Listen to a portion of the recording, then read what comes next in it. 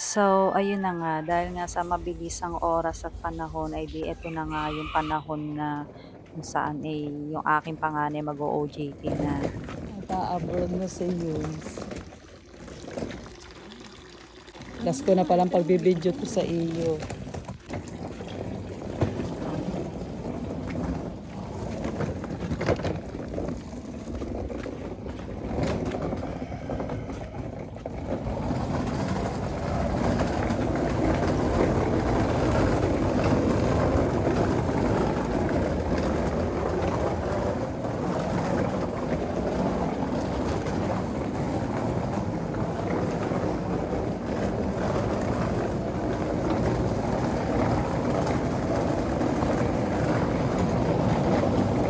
Dahil ko pa ng dala.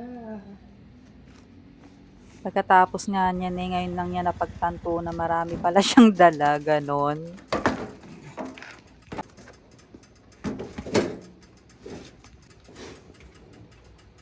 Ang sabi nga niya sa akin, siya nga daw ay kinakabahan. Sabi ko, "Huwag kang kakabahan, basta lagi kang magdasal, palagi." Dahil ito ang unang beses na mawawalay sa amin ang aming panganay, kaya siguro siya kinakabahan, 3 buwan din yun. At ngayon ko lang nalaman na may biyahe na papuntang Buendia dito na bus, ayan.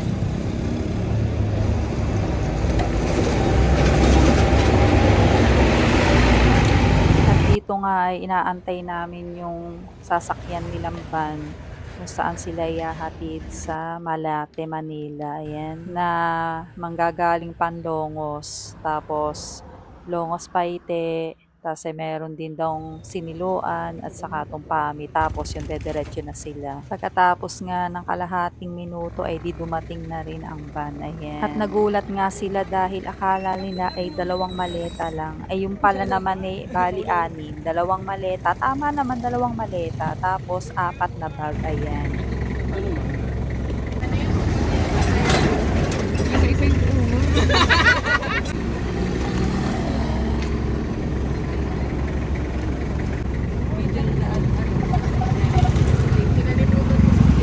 Oo, siya.